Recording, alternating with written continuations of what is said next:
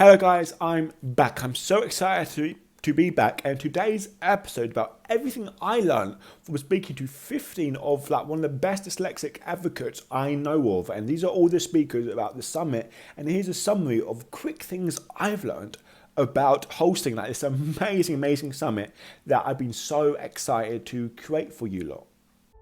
So the big question is this: how can dyslexics like us create a place, a community, a tribe where people at any stage of life can come and solve any challenge, amplify their strengths, and ultimately help them become who they were meant to be, or in other words, conquer their dyslexia?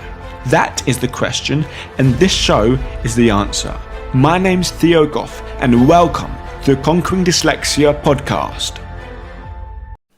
Hello guys, I hope we're doing good, and I'm excited to get back on this. I'm excited to chat to you lot again and getting a more routine of doing this. I'm really excited, and it's been a really good, exciting last couple of days really, because with the Dyslexic Summit coming out to everyone, day 1, 2 and 3 is released, people are watching it, and I'm really excited. And to be quite honest, the reason why I haven't been doing these podcasts and these Facebook Lives and stuff, I want to say it's because I've been doing loads of work, but honestly it's because I've been procrastinating doing the work. And come on half term, and I was really looking forward to this half term. I'm working in school. I'm really looking forward to this half term. I got all this work I want to do, and then to be honest, I procrastinated on it. I didn't do it. That's the word that I can only describe it. I didn't do the things I really wanted to. I was lazy. I didn't do the stuff, and I think a lot of that is down to not having a really set routine. Because I know I get up at a certain time to be at work at a certain time to do certain things. I would get up early. I would work out. I would do all these things. I was really consistent with it. And then I had one day off of not getting up early. And I was like, okay, one day off is fine, carry on doing it. Then the second day off, I didn't get up early, and I wasted that day, and I sort of procrastinated on myself, saying, oh, I didn't do my morning ritual, therefore I'm going to waste the rest of the day. And I used my phone to distract me, and all these little issues, I kind of made mountains out of molehills. But anyway, I'm really excited to be back, and the summit is really active. And by the way, guys, I don't know when you're listening to this. If you listen to this week, really good. You can still access it and get watching all the lives from until Sunday, which I'm really excited about. But future, I really feel this was something so valuable for people. And basically in the future, I want people can sign up whenever they want. But so often I sort of tell everyone, look, the summit is live again, you can watch it so you can get all the value from these incredible speakers.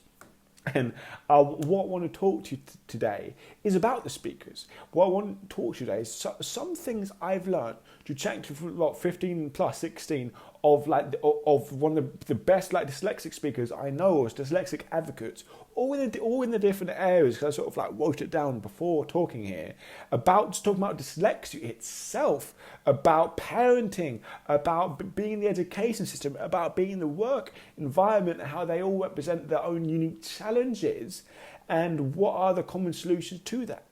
And to be honest, what I found really interesting is that when I'm chatting to all these different people, there's common solutions to all of them. When I asked a question, they gave common solutions. Because at the end, I was always sort of okay, step-by-step plan to get from where you are to where you want to go, either in the working environment, in school, wherever. And they use different words to describe it, but a lot of them was talking about very similar stuff. Because guess what? Not all journeys are 100% unique. There's commonalities between all of them, universal things that people that dyslexia have to do. For example, if you're parenting, getting a diagnosis, understanding about dyslexia, all these fundamental things. I really want to talk about them, and I'm really excited to talk about them here. And also one little funny dyslexic thing, I don't know if dyslexic or laziness, I'm not sure. I've got a new phone today. Not today, I had a new phone for a little while, about a week. I've only got it set up yesterday. But basically it's an iPhone 12, really fancy, iPhone 12.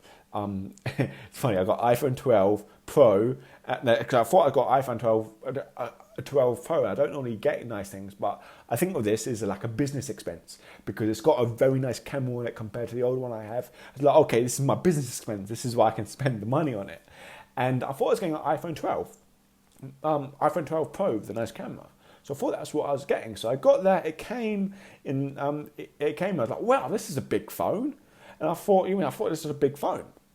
And then I bought a case for it, for an iPhone 12 Pro case and a screen protector. And when that came from Amazon, I realised something. I was like, hold on, this this case is a lot smaller than my phone. And then I realised my phone, the phone I actually got was iPhone 12 Pro. It's a bigger phone than the one I got. I was like, oh, so I had to get a new case. Anyways, that's little problems. And so now, hopefully, the audio quality and like the video should be better than it was. I know I need a haircut now because, barbers are closed and it's annoying me. I can't be asked to pitch Ellen anymore. So anyway, so the things I've learned from chatting to people on the Dyslexic Summit really goes as follows. Because I said there's commonalities with solutions, whether you're solutions or like way going forward, whether you're a parent with dyslexia, you've got dyslexic yourself, in work, in education, on how to move yourself forward. Now, firstly, I wrote down like 3 things for each like category, each subsection that is so critical. Every one of my speakers spoke about in detail. So first one, if you've got dyslexia, the first step you have to do, if you have dyslexia, is really sort of like understand it. Spend time educating yourself on what specifically is dyslexia, and don't just go, okay, let's just find out what dyslexia is and be engulfed in all this complex terminology and it will like scare you away. But really seek to understand, speak to people. Watch things like this. You mean like get some audiobooks, really good one for people to understand exactly what your dyslexia is. So it's effectively you should understand that something doesn't mean you're dumb. You're just different in a different way. First one down. Second thing you have to do is accept it. Accept your dyslexia. Realize, look, this is me. It's not, dyslexia isn't a separate part of you that you can hide away that's embarrassing. It's you. Your dyslexia is you just as much as your hair colour is you, just as much as your eye colour is you, just as much as your skin colour. It's you. Accept it, move on with it, and say, okay, this is me. It's not right, it's not wrong, it's me. And I'm going to love myself. I'm going to love it, okay? And the first thing, the third thing is build a community. You've educated about your dyslexia, you've educated about your dyslexia, you accepted it, and you want to build a community around yourself. It's so valuable to, this could be just a community of dyslexics, or a community, not like just in general, speaking about your experiences with your parents, with your family, with your friends.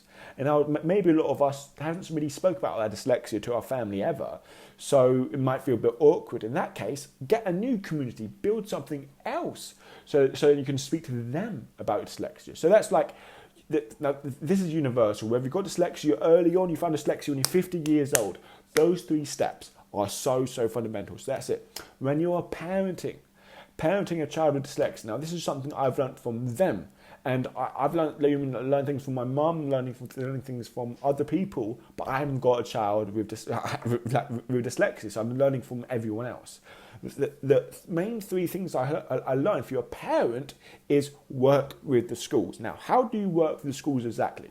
So, first thing, you don't let the schools off the child saying, okay, sort it out, I trust you, and if you don't sort it out, it's completely I blame you and the school's bad. You have to work with the schools. Because what I mean when I work with the schools, okay, specifically, this is what a person, I can't remember her name, so you broke it down so distinct. And by the way, guys, out of all these like parenting, education, all this sort of at work, there's a separate day for each of these. So when you're parenting, so you notice basically something different about the child.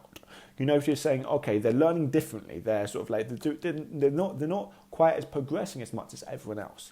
Okay, you have a meeting with the teacher. Go, hi, you express your concerns, and the teacher, oh yeah, and the teacher will say her part, and you'd really want an evaluation on that child. Get the child to see an educational psychologist that school provides to see what's going on.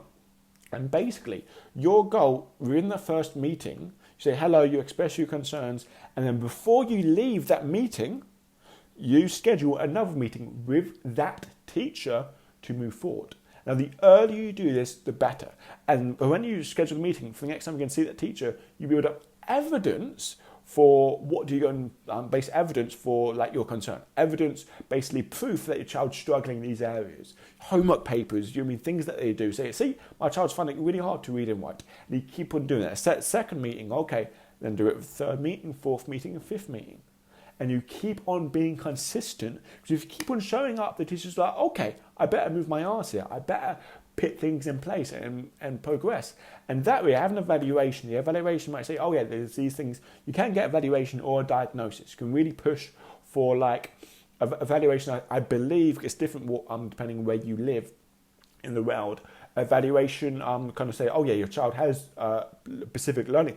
I find it funny when they diagnose your child with a specific learning disability. Well, what is that specific learning disability? They don't actually say it, say a specific. Anyway, an evaluation or a diagnosis. Diagnosis is more specific, and there'll be individual educational plans, and keep on working through that process. But the main thing is communicate with the school so often. First thing.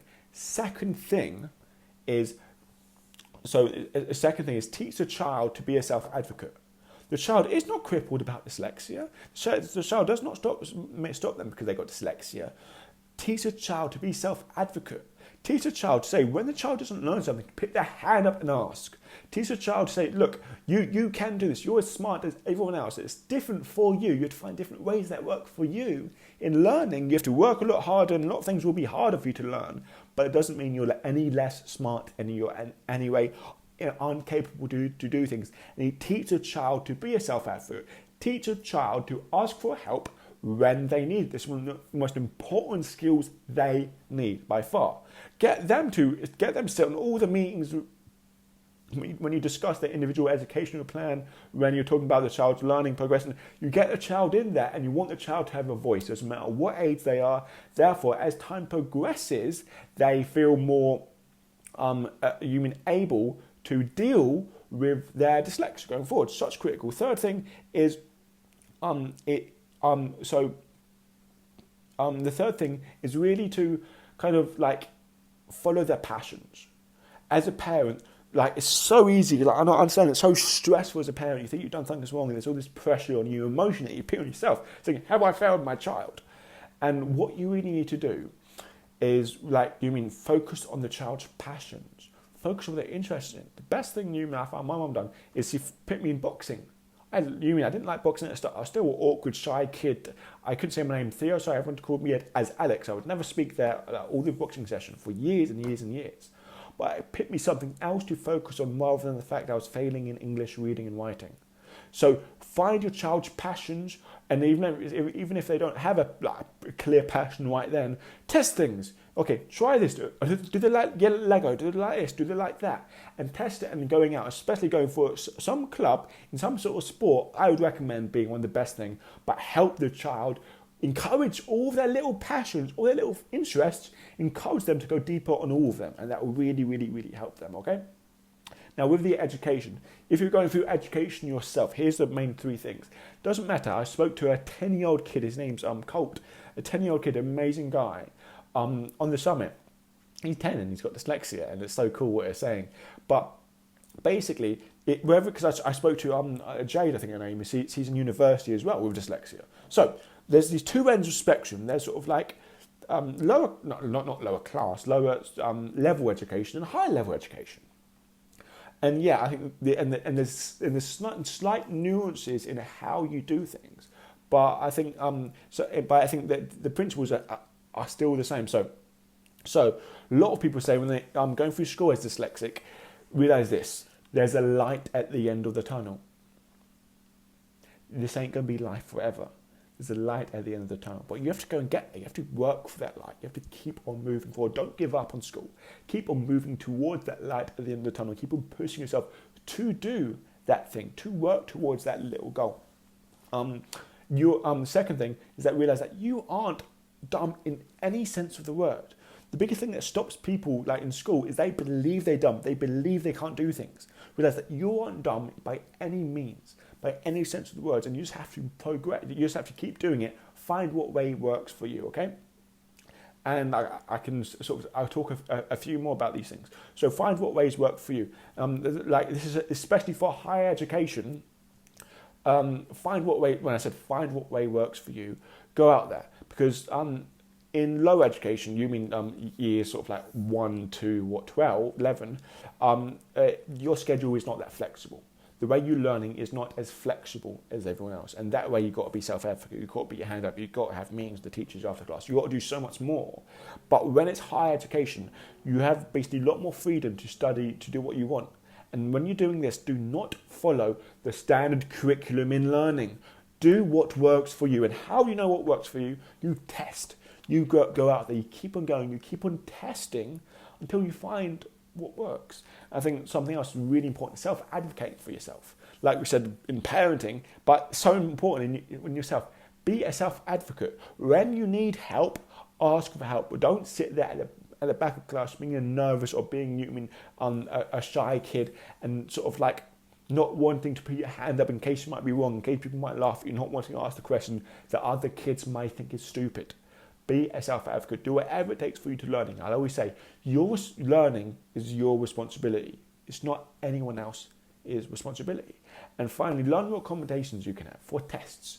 Learn what accommodations you can have and fight for them. Fight for your own accommodations, because unfortunate truth, a lot of people out there are ignorant, when it comes to dyslexia, in terms of the help they need, in terms of the support that's out there. A lot of people are ignorant. So when you come across those ignorant people, really sort of like hold a high ground and really fight for your rights in a sense. Fight for what you know you can have in the test, like extra time, like a scriber, like a reader, and all these different things, okay? So that's really, really important when you're going through education. Now for work, there's sort of three big steps. Let's get the right support in there, build a community, and get educated about your dyslexia. Now the most important one is get the right support. What most people, this is what I've sort of learned, that struggle in work, really struggle with dyslexia, is one, telling people about the dyslexia, and really because they think I'm telling people about their dyslexia and getting support from their boss or whoever. Now, the way to do this is, if your dyslexia is kind of limiting you and making you, holding you back in a lot of ways, you set up firstly you have to find out about your rights. Now it's getting a bit more in depth. Honestly, in the summit, it's so clear, so specific. But find what your rights are. The best way you can do this is go to HR, human resources in your department, and speak to them. Okay, what are your rights? What are rights for this? Or someone dyslexic, or they can point you in the right direction. So first thing, do that. Get educated about your dyslexia. Educate about you, about your dyslexia, your strengths, your weaknesses, exactly what you're finding hard in work. Get a meeting with your boss, okay? Schedule a meeting saying, can we sit down this time just for a quick chat, preferably just you two. And now you need to be doing a lot of thinking and a lot of planning in your head. So the way you're not going to go about this is that he owes something. Is that he owes something to you? Is that you're not going to go about this complaining about what people have said to you. You're not going to go about this saying about what the company owes you, what the company must do for you. Because then if you go about doing that, the boss is going to be like, well, I've got a lot of people to manage. If you're demanding all these things for you, I wouldn't want you on my team. So it have to come from a place of, you want to enhance your abilities. Because like you say, okay, how can there be simple accommodations that are within your rights, and how can that accelerate your productivity?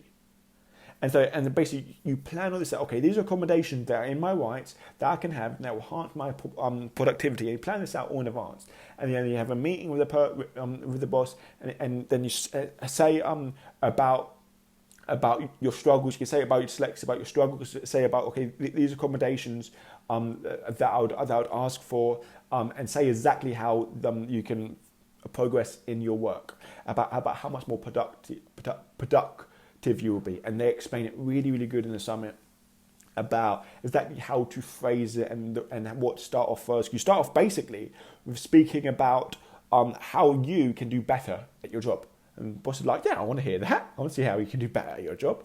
And then you lay this out, and then, okay, you're doing all this. And what I would recommend is having another meeting with him to see how it goes and keep moving forward in that area. So it's first thing, get the right support. And that process, now this is such an emotional process. I cannot stress about how much emotion there is there, about worry, about I don't know what I do here, overcoming a lot of barriers. But once you do that, it'll be so really good, okay? Second thing, obviously get educated about dyslexia. We spoke about that. Learn about it. Learn about what dyslexia is and how it really affects you. And finally, build a community. Now this can, preferably if we're talking about work, a work-strong community that people are aware of the things that you find hard and are aware of your strengths. And you can work, say, so for example, they can be educated about dyslexia, therefore it can help them and they can help you. And building this strong community is so critical at moving forward, because so often dyslexia can feel like a lonely island. I can't, like I'm living on my lonely island and like I can't tell people about my struggles, they don't understand it, they're not experiencing it. I just have to deal with it myself, and that's not true. And once you really build a strong community around you, preferably in work, then it will be so much more congruent, so much more effortless, so much more enjoyable, because you're being yourself. Now, guys, I know we spoke about a lot, but as you can see here, there's a lot of value I spoke about. But in the summit, we speak about everything in detail, because guess what? There's a lot of videos and a lot of things there. So anyway, guys, there'll be a link. It's Conquering Dyslexia .net/summit. Sign up completely for free. If you miss after this week, it's still sign up, and yet I'll tell you when it's open. Now and again, I haven't really decided when it will be open or open and closed. But sign up, and like for example, you sign up now, and maybe you have a few days left of the videos, get through some of the videos, whatever, and then whenever it open up, maybe in a month or so, open it back up, then I will let everyone know. Look, whoever signed up for the summit gets access to the videos again. There's a lot of value like that. So that's the way I really want to do it. And guys, I'm looking forward to really chatting to you again more of a regular basis. And I just forgot to mention, I was supposed to mention this at the start, but I got something really exciting that I feel will be so valuable to you.